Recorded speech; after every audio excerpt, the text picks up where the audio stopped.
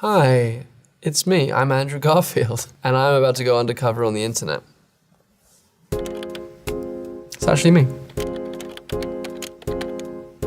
What do you think about Andrew Garfield 10 years from now? This is like a Matthew McConaughey question. Didn't he do that at the Oscars? He was like, just want to thank my hero. It's me, 10 years from now. It's like, cool, that's amazing. What a resource to be able to go, yeah, me, that's great. I'm down with that. Wikipedia. Sorry. Wikipedia. This is Wikipedia. Garfield was a gymnast and a swimmer during his early years and was also an avid philatelist? I don't know about this. Is it pronounced philatelist? I think that's a stamp collector, because philatelist sounds like a different story that I'm not comfortable talking about. This is a strange thing. I've been asked a lot about it recently. So what's your most prized stamp? And I'm like, what? I'm not a stamp collector. Yes, gymnast, yes, swimmer. I was ranked third in the under 13s 100 meter butterfly in the southern counties of England. Also ranked third as British schools gymnastics under 13s. One day in training, my Russian 200-pound gymnastics coach was sitting on my back doing a box split, and I thought, this is not childhood. This is some form of torture that I wasn't comfortable continuing. Posted. Arachnologists Yuri M. Marusik and Alireza Zamani honored Garfield's portrayal of the role of Spider-Man by naming a new species of crevice weaver spider, Pritha garfieldi, after him. I believe that's true. Pretty cool. Garfieldi, it's like, it makes me sound, it's a kind of Italian, but my original name was Garfinkel, like my family's name was Garfinkel, so it's funny, from Garfinkel to Garfield to Garfieldi or Garfieldi, maybe it's Garfieldi because it's Latin, never mind. Having completed the spiritual exercises of Ignatius of Loyola for silence, he said, what was really easy was falling in love with this person, was falling in love with Jesus Christ. That was the most surprising thing. I'm surprised to read it, and it's the truth. I had a very different relationship with the concept of Christ, and I'm pleased to say that I like him. I love him, I would go so far as saying. He's a pretty brilliant man when he was alive, and still remains an amazing spiritual symbol of simple stuff, you know, like goodness, loving thy neighbor, doing unto others as you would have them do unto you. Replied. Reddit.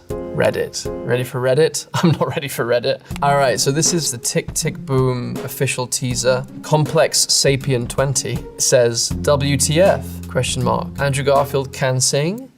Yes, define sing. Yeah, sure, I can. I'm not tone deaf, and I trained a lot for this, and it took me about 1.5 years to get my chops up, as it were, and I had a lot of help and support and a coach, and I've always wanted to learn how to sing properly, and this was definitely the opportunity to do that.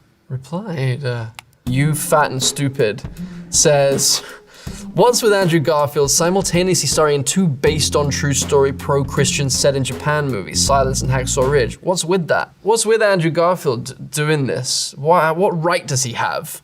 Who does he think he is doing films that are set in Japan, 2 in a row, and about Christianity?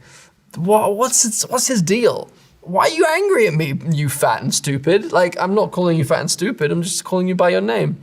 Don't do it, why? It's my choice, my life. It just happened that way. There were these 2 projects that I read. They both happened to be set in Japan. I happened to play a Catholic and a Seventh-day Adventist in both. There are spiritual quest things, and they just appealed to me. Have you got better things to do than like debate with yourself or other people who don't care about what I'm doing with my life? What are you doing with your life, you fat and stupid? You're not fat and stupid. You're sweet. You're probably a sweet person. If we were in the room together, we would have a nice conversation. But this is not the way to talk to me about my life and my work. Love you. Next. There's a picture of me as a child, and I'm wearing a little Spider-Man costume that my mother made for me out of felt, and it's epic. Since everyone is discussing suit ideas, might I say this suit being worn by Kid Andrew Garfield is my pick. My mother would be very, very complimented by that. I agree. That would be the coolest. My mother's felt suit. Awesome. Twitter. It's me, for real, seriously. Tobey Maguire was the best Peter Parker. He was not a good Spider-Man, though. Andrew Garfield was the best Spider-Man, but was way too cool to be Peter Parker. Tom Holland is just the average for both, which makes him the best because he's the only one that is decent at both. Okay, cool, man. Fine, whatever. Like, cool. That's your opinion, bro. Climb a tree. Toby is my favorite, right? Because that's my childhood. I think I watched that first Spider-Man film back to back like 3 times with my friend Terry McGinnis. And we were just incredibly high. And we would like do the lines to each other. And he just was cracking up in my face, saying, "You'll never play Spider-Man." And now Sam, here we are. At Genghis Khan 17 says, someone put the idea of Andrew Garfield playing Joker for Pattinson's Batman, and after watching The Social Network, Mainstream and Silence, I have to say I'm very interested in seeing him be a Joker. No way. I wouldn't go near it. Would not go near it. But sweet of you to think that it's possible, but I don't think I could ever do it because of what Heath did, what Jack Nicholson did. But then, of course, Joaquin's just like, did his own genius thing. At Hollyberry_24 says, how does Andrew Garfield still have a voice at the end of Angels in America Part 1? So much shouting, crying face. Yes, I don't know how I did it. How anyone does that play. It's a crazy play. And the angel comes in and has sex with me, and it's wild. That would make sense to people who have seen the play. Otherwise, you're gonna be confused by that. At Nate Fleming says, I would love to know how Andrew Garfield makes his acting choices. He's playing Jim Baker in the new film. He played a priest in Silence. He played the devout soldier in Hacksaw Ridge. I wonder why he's drawn to these roles. You know, I like to stretch. I like to stretch my consciousness, and I like to feel as much empathy for as many people alive as possible. And I think that's pretty what draws me to this range of people. I like to feel like I'm being challenged. That's just me. I feel like Stephen Colbert will be a great kisser. I wonder if Andrew Garfield thought so too. Yeah. Now onto Quora. Why does Andrew Garfield appear on television shows talking with a British accent? It's just to keep you on your toes. It's because I'm English. Like, why would it? No, people do that though, don't they? Like Madonna has this weird, and didn't Britney Spears for a while have a British accent? My father's American, so I have had his semi-weird hybrid British American accent in my ear all my life, so maybe that's why I have easier time getting into an American accent. But yeah, no, this is my accent. Or is it? No, it is. How would MCU Iron Man treat Andrew Garfield Spider-Man? I definitely think Andrew Garfield Spider-Man would be pretty suspect of MCU Iron Man. I think he would be a little turned off by the excess, the billionaire, trillionaire status of Iron Man. I think it would rub my version of Spider-Man the wrong way. But you know, maybe there could be some influence there. Maybe my Peter Parker could wake Tony Stark up to his own egoic drives a little bit. We'll never know. Literally never know. What do I think about Andrew Garfield 10 years from now? God, I don't want to go into existential crisis on camera. So stop it, Cora. I think I'll have children at that point. I don't want to be too old and have children. I'll be tired. I will be 48. That's all I'm going to say. That's just a terrifying concept. It's actually me. Was Andrew Garfield so meth at The Social Network that he doesn't have any social media? I had a Facebook page for like a month. And then we did that film, and I instinctively just deleted it and everything else. I was like, I have a feeling. So I'm thankful for that experience for many reasons, but also because it kept me off of that hellhole. What influenced Andrew Garfield to become an actor?